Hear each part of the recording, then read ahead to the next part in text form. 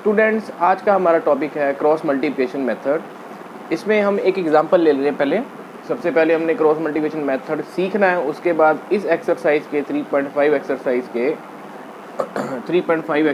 के statement questions करेंगे। तो हम स्टार्ट करते हैं। एक सिंपल क्वेश्चन है, फर्स्ट क्वेश्चन का फर्स्ट पार्ट है 3.5 एक्सरसाइज का। इसको in pair of linear equations को हमने सॉल्व करना है by the cross multiplication method. तो सबसे पहला स्टेप क्या होता है, राइट साइड पे जीरो बनानी होती है। ये ऑलरेडी जीरो है। इसके बाद नेक्स्ट का क्या काम होता है हमारा, क्रॉस मल्टीप्लिकेशन मेथड को हम एक और नाम से डिनोट करते हैं, 2312 मेथड, 2312 मेथड। तो अब करना क्या होता है इसमें, सबसे पहले हम ये चेक करते हैं कि इसके कितने सॉल्यूशंस हैं। जैसे x का कोफिशिएंट 1 है और यहाँ पर x का कोफिशिएंट 3 है। इसका कोफिशिएंट 1 था, ऊपर लगा दिया। इसका कोफिशिएंट 3 है, नीचे लगा दिया। सेम इधर y का कोफिशिएंट ऊपर -3 है और नीचे y का कोफिशिएंट है -9, और ऊपर क्या है -3 और नीचे क्या है -2। जब इसको कैंसिल आउट कर देंगे तो ये कितना आ जाएगा 1/3। इसको कैंसिल आउट कर देंगे, ये बन जाएगा 3/2। दैट मीन 1/3 इसको सॉल्व करके क्या आ गया 3/2। ये इक्वल नहीं है, ये इक्वल है। It is the condition of no solution. जब पेयर ऑफ इक्वेशंस के नो सॉल्यूशंस होते हैं। नो सॉल्यूशंस कब होते हैं, जब लाइंस क्या हैं parallel, when the lines are parallel. तो जब सॉल्यूशंस ही नहीं है तो हम सॉल्व क्या करेंगे, इसलिए हमने इसको आगे सॉल्व नहीं करना। क्रॉस मल्टीप्लिकेशन या कोई और मेथड यूज़ नहीं करना। तो ये यहाँ तक आंसर होएगा। बट मान लो इस पे यहाँ पर माइनस की जगह प्लस हो, यहाँ पर 3x + 3y हो, तो फिर ये सारी कहानी चेंज हो जाएगी। तो यहाँ पर क्या आएगा 1/3, यहाँ पर क्या आ जाएगा 3/-9, 3/-9। और जब इसको कैंसिल आउट करेंगे तो ये बन जाएगा 1/3। This is also 1/3 but it is negative, इसका मतलब ये नॉट इक्वल है। तो अब क्या होगा, दिस पेयर ऑफ इक्वेशन कितने सोल्यूशन हो जाएंगे, 1 सोल्यूशन हो जाएंगे। तो 1 सोल्यूशन कब होते हैं, जब लाइंस क्या होती हैं intersect each other, when the lines are intersect, एक दूसरे को काट रही हैं एक पॉइंट पे। तो हमें पता है अब इसका सोल्यूशन है और सोल्यूशन भी यूनिक है, यहाँ फिर 1 है। तो अब हमने इस पे मेथड लगाना शुरू करना है। वो कैसे, तो सबसे पहले हमने x/y/1 लिखा। अब इसको 2312 मेथड क्यों कहते हैं, ये हम फंडा देखते हैं क्या है। यहाँ पर x का कोफिशिएंट अगर कुछ नहीं है तो क्या होगा 1 होगा। तो 1 और 3 को कलेक्टिवली मैं ये रफली 1 और 3 को मैंने 1 मान लिया। ये मेरा रफ वर्क है। अभी ये डॉटेड सर्कल और ये 1, ये मैं पेंसिल से लिखूंगा। अगर मैं पेपर में कर रहा हूँ सारा कुछ पेन से करूँगा, बट ये पेंसिल से करूँगा, बाद में रब कर दूँगा। सेकंड जो है 3 and -9, this is 2 and this is -2 and -3 and -2 are 3। तो 2312 मेथड के अकॉर्डिंग यहाँ पर सेकंड, यहाँ पर थर्ड, यहाँ पर फर्स्ट, यहाँ पर सेकंड, ये वैल्यूज यहाँ पर उठा के हमने रख देनी है। ये भी हमारा जो है वो रफ वर्क है, ये भी पेंसिल से लिखना है। 2 का क्या मतलब है, ये जो 3 और -9 मतलब y के कोफिशिएंट्स यहाँ पर आएंगे, अपोन में नहीं है। It is not in upon. काफ़ी बच्चे ऐसे लिख देते हैं, तो ये अपोन में नहीं है। तो ऐसे लिखने के बाद ये हमारा ये फेयर वर्क है। 2 को हमने साथ में रब कर देना है। अब 3 का मतलब ये वाली वैल्यूज -3 एंड -2 वैल्यूज, यहाँ पर हमने 3 को रब कर दिया। उसके बाद फर्स्ट क्या था, ये 1 and 3, ये हमारा 1 and 3 है फर्स्ट। और 2 दोबारा क्या आ गया 3 and -9। इसके बाद बच्चों हमने क्या करना था, x/y/1 इक्वालिटी में लिखा। इसको ऊपर वाला नंबर नीचे वाले नंबर से मल्टीप्लाई करना है। हमेशा ऊपर से नीचे की ओर पहले मल्टीप्लाई करना है, अदरवाइज साइन चेंजेस में डिफरेंस आ जाएंगे। आंसर अगर हमारा 5 होगा तो -5 आ जाएगा, ऐसे हमारा आंसर गलत हो जाएगा। तो सबसे पहले हमने ऊपर वाला नंबर नीचे वाले नंबर से मल्टीप्लाई करना है।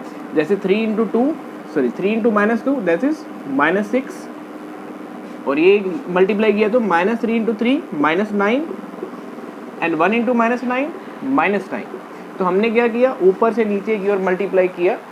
सेकंड, इसके बाद हमने अपनी ओर से नेगेटिव लगा दिया, उसके बाद नीचे वाला नंबर ऊपर वाले नंबर से मल्टीप्लाई कर दिया, -9 into -3 that is 27, minus minus plus हो जाता ना मल्टीप्लिकेशन में, तो नेगेटिव खत्म हो जाएगा। -9 into -3 that is 27, -2 into 1 is -2 and 3 into 3 is 9।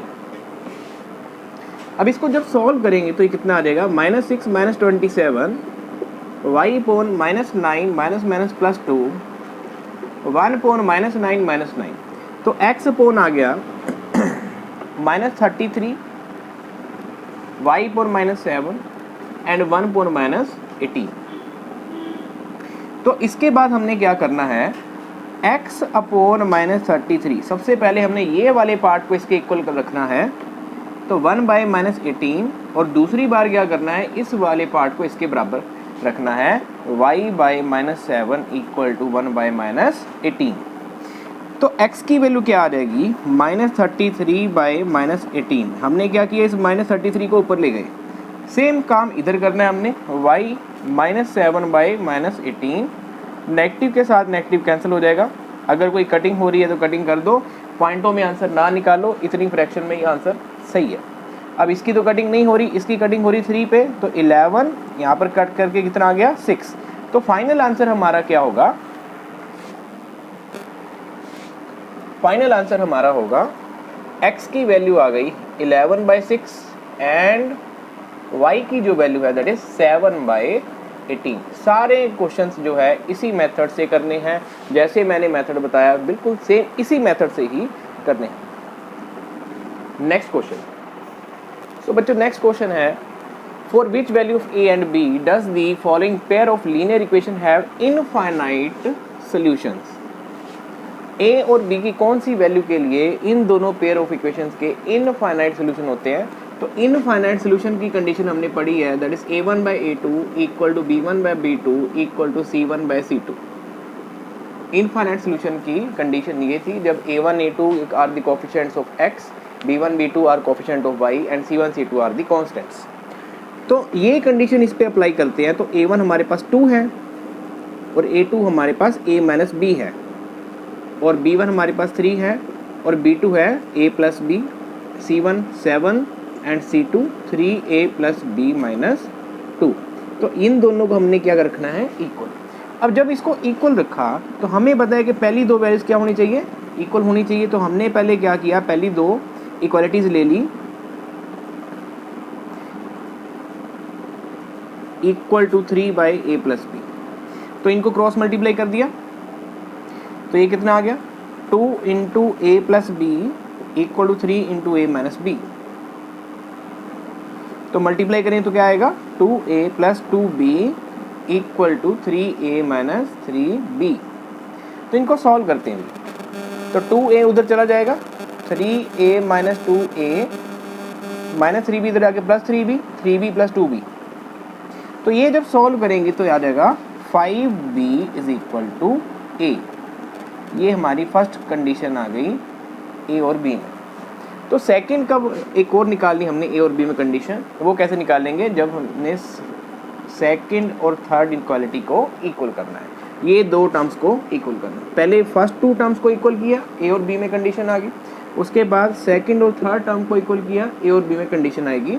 तो ये 3/a plus b equal to 7/3a plus b minus 2, cross multiply करते हैं इसको, तो ये आ जाएगा 9a या फिर 3 into 3a plus b minus 2 equal to 7 into a plus b। इसको मल्टीप्लाई करते हैं 9a plus 3b minus 6 equal to 7a plus 7b। ये जो 7a प्लस 7b इसको इधर ले आते हैं, तो 9a plus 3b minus 6 minus 7a minus 7b equal to 0। तो 9a minus 7a that is 2a, और 3b minus 7b that is minus 4b, minus 6 equal to 0। इसको सॉल्व किया जस्ट हमने। अब जो a की वैल्यू है, a की वैल्यू क्या है माइनस 5b, ये वैल्यू जो है इसमें पुट कर देते हैं, तो 2 इंटू 5b, a की जगह क्यों हमने 5b रखा, क्योंकि a की वैल्यू किसके बराबर है 5b के, वो यहाँ रख दी, minus 4b minus 6 equal to 0।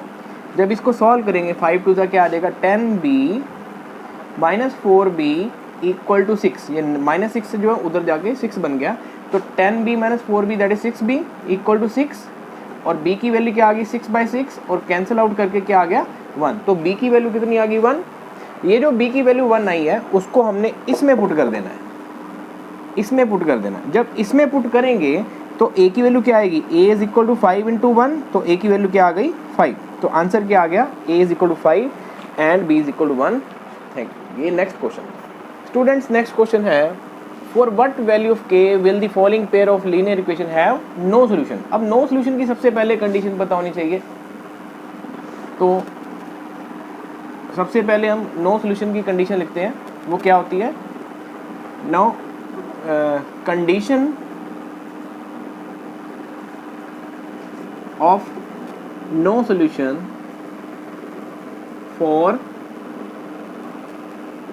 pair of linear equation is, that is a1 by a2 equal to b1 by b2 not equal to c1 by c2। तो ये कंडीशन होगी। जब हम कंपेयर करते हैं तो a1 क्या है 3 है point 2k minus 1 that equal to 1 point k minus 1 equal not equal to 1.2k plus 1, तो ये होना चाहिए।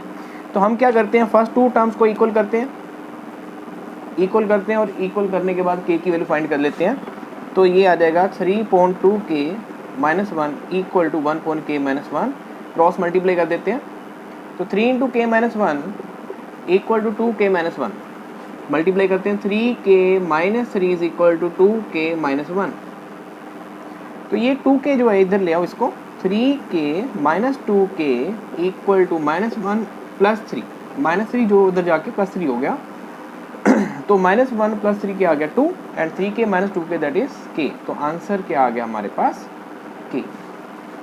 Next question, next question students, ये इसके साथ वाला हम क्वेश्चन कर चुके हैं, जो लाइब्रेरी वाला क्वेश्चन था जिसमें फिक्स चार्ज अलग था और चार्ज पर डे वो अलग था।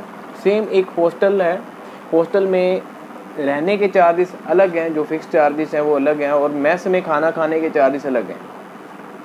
तो यहाँ पर यही कुछ लिखा हुआ है, a part of the monthly hostel charge is fixed and remaining depend upon the number of days that he take the food in the mess. Student A takes food, student A ने क्या किया, takes food for 20 days and she has to pay ₹1000, मतलब 20 days उसने 20 days उसने खाना खाया, food लिया और उसको 1000 रुपया देना पड़ा। और दूसरे स्टूडेंट ए की बात है, और जब स्टूडेंट बी की बात हुई तो उसने 26 डेज का कितने रुपीस दिए, 1180 रुपये। तो फाइंड क्या करना है, find the fix charge and cost of the food per day. तो जो हमने फाइंड करना होता है फिक्स्ड चार्ज एंड कॉस्ट, उसको हमने लेट करना है, हमेशा ऐसे करना है, स्टेटमेंट वाले क्वेश्चन में हमेशा हमने ऐसे ही करना है। तो सोल्यूशन में यहाँ पर क्या लिखेंगे, लेट द फिक्स्ड चार्ज, तो फिक्स चार्ज क्या है x, एंड उसके बाद क्या था, let cost of food per day, per day का फूड कितने रुपीस का है, y रुपीस का है। तो उसके बाद लिखेंगे अकॉर्डिंग टू द क्वेश्चन। अब दोनों को ए और बी दो स्टूडेंट्स हैं, जो दोनों को फिक्स चार्ज तो देना ही पड़ेगा x रुपीस, बट डेज ए ने कितने डेज खाना खाया, 20 डेज, एक डे का खाना खाने की वैल्यू कितनी, सॉरी एक दिन में one cost of one day, cost of food per day, एक दिन खाने की, एक दिन फूड खाने की कॉस्ट क्या है y रुपीस, तो 20 डेज की क्या होगी 20y, और फिक्स चार्ज तो हमने उसने देना ही है, ये एक ही बात हो रही है, फिक्स चार्ज तो उसने देना ही है, और 20 डेज का कितना फूड का बजट बन गया, उसका कितनी अमाउंट बन गई 20 इंटू वाई, तो टोटल अमाउंट जो उसने दी वो थी 1000 रुपये। दूसरी बार क्या, सेकंड जो था स्टूडेंट, उसने फिक्स चार्ज तो देना ही था, बट उसने कितने दिन के लिए खाना खाया, 26 डेज के लिए, और एक दिन में कितनी कॉस्ट पड़ रही है खाने की फूड की y रुपीस, तो 26 दिन की कितनी पड़ जाएगी 26y, और उसने टोटल अमाउंट दी 1180 रुपये। ये आपके स्टूडेंट्स फर्स्ट इक्वेशन है, ये सेकंड इक्वेशन है, इनको सॉल्व करना है bye the cross multiplication method और एक्स और वाई की वैल्यू फाइंड करनी है। नेक्स्ट क्वेश्चन पे चलते हैं। तो नेक्स्ट स्टूडेंट्स हमने ये ऑलरेडी किया हुआ है, फ्रैक्शन वाला क्वेश्चन हमने पहले भी किया हुआ है, बिल्कुल सेम तरीके से अब इसको भी करेंगे। अब फ्रैक्शन बिकम्स 1/3। तो मैंने आपको बोला था कि जब भी फ्रैक्शन का क्वेश्चन आता है आपके माइंड में एक ही चीज़ आनी चाहिए, that is x upon y. This is a fraction और इसमें x क्या है न्यूमिनेटर और y क्या है डिनोमिनेटर। ये जो फ्रैक्शन है, फ्रैक्शन बिकम्स 1/3। तो सबसे पहले हमने क्या करना है, इसके न्यूमिनेटर को लेट कर लेना, let the numerator of the fraction equal to x and let the denominator of the fraction equal to y। उसके बाद हमने क्या लिखना है, अकॉर्डिंग टू द क्वेश्चन के अकॉर्डिंग अगर चलें तो क्या है कि वो जो फ्रैक्शन है x अपॉन वाई, अब फ्रैक्शन बिकम 1/3। ये वाली जो फ्रैक्शन है वो 1/3 बन जाती है कब, when 1 is subtracted from the numerator में से अगर हम 1 सब्ट्रैक्ट कर दें तो ये जो है स्टेटमेंट बन जाती है। और सेकंड में क्या बोला उसने, एंड इट बिकम, मतलब x अपॉन वाई ये बन जाती है 1/4 एंड इट बिकम 1/4 कब, when 8 is added to its denominator. अगर इसके डिनोमिनेटर में 8 हम ऐड कर दें तो ये 1/4 बन जाती है। देन फाइंड दी फ्रैक्शन, हमने क्या करना है, x और y की वैल्यू फाइंड करनी है, उसको अपॉन की फॉर्म में लिख देना है, that will be our answer. तो इसमें हमने सबसे पहले क्रॉस मल्टीप्लाई करना है, तो ये इसको भी और इसको भी दोनों को, तो ये क्या आ जाएगा 3 × x - 1 इक्वल टू y × 1 और ये क्या आ जाएगा 4x इक्वल टू y + 8। तो फर्स्ट वाला क्वेश्चन का थोड़ा फर्स्ट वाली स्टेटमेंट को थोड़ा सा सॉल्व करते हैं तो ये क्या बन जाती है, इसको इधर ही लिख देते हैं 3x - 3 is equal to y। तो 3x - y - 3 is equal to 0। This is your first equation. और सेकंड इक्वेशन क्या बन गई, 4x - y - 8 is equal to 0। This is your second equation. इन दोनों इक्वेशंस को आपने by the cross multiplication method solve करना है और x और y की वैल्यू फाइंड करनी है। मान लो आपकी x की वैल्यू 4 आ जाती है, मान लो, और y की वैल्यू 3 आ जाती है, तो आंसर हमारा ये नहीं है। इस केस में आंसर हमारा है x अपॉन y, क्योंकि उसने क्या पूछा है, फ्रैक्शन पूछा हुआ है। तो फ्रैक्शन क्या आएगी 4/3। तो ये फाइनल आंसर आपका आंसर होगा। Next question, next statement is Yash score 40 marks in a test getting 3 marks for each right answer and lose 1 mark for each wrong answer. मतलब 40 मार्क्स लेता है जब उसको कैसे मार्क्स मिल रहे हैं कि अगर क्वेश्चन का आंसर बिल्कुल सही देगा तो 3 नंबर मिलेंगे, अगर गलत होगा तो 1 नंबर कट हो जाएगा, तो उसके हिसाब से उसके 40 नंबर बने। और अगर यही थोड़ा सा हम चेंज कर दें कि अगर सही आंसर के 4 नंबर मिलें और रॉन्ग आंसर के 2 नंबर कट हो जाएं, देन उसके मार्क्स कितने बनते हैं, देन उसके मार्क्स बनते हैं 50। How many questions are there in a test, how many questions were there in a test. तो टेस्ट में क्वेश्चंस जो होंगे उसके कई राइट आंसर्स भी होंगे और रॉन्ग आंसर्स भी होंगे। तो हमने यहाँ पर क्या लेट करना है, let x be the number of right answers, जो हमने राइट आंसर्स दिए, या फिर जो स्टूडेंट्स ने राइट आंसर्स दिए। Let y be the number of wrong answers. जो हमने फाइंड क्या करना है, हमने फाइंड करना है नंबर ऑफ क्वेश्चंस। तो राइट आंसर्स x हैं, रॉन्ग आंसर्स y हैं, तो हमने फाइंड क्या करना है, हमने फाइंड करना है टोटल कितने क्वेश्चन थे, राइट भी और रॉन्ग भी, दोनों को ऐड कर देना। तो सबसे पहले हम x और y निकालेंगे और उसके बाद उनको ऐड कर देंगे। तो अकॉर्डिंग टू दी क्वेश्चन, तो हर राइट, सबसे पहले कहते हैं कि 40 नंबर बने टोटल। कैसे, अगर हर राइट आंसर के कितने नंबर मिल रहे हैं, 3 नंबर मिल रहे हैं, और हर रॉन्ग आंसर के कितने नंबर कम हो रहे हैं, 1 नंबर कम हो रहा है। राइट आंसर के 3 नंबर मिल रहे हैं और 1 नंबर कम हो रहा है। टोटल मार्क्स कितने हैं, 40 हैं। तो according to this statement 3x - y, क्योंकि रॉन्ग आंसर के कम होंगे तो नेगेटिव करेंगे, यहाँ पर माइनस करेंगे। तो सेकंड स्टेटमेंट में क्या है कि अगर राइट आंसर के हमें कितने मार्क्स मिल रहे 4 और रॉन्ग आंसर के कितने कम हो रहे हैं 2, तो टोटल कितने हो गए उसको मिले 50। तो ये 2 स्टेटमेंट्स बन गई, इनको सॉल्व करो, x और y की वैल्यू निकालो और वो जो x और y की वैल्यूज आएंगी उनको ऐड कर दो, that will be your answer.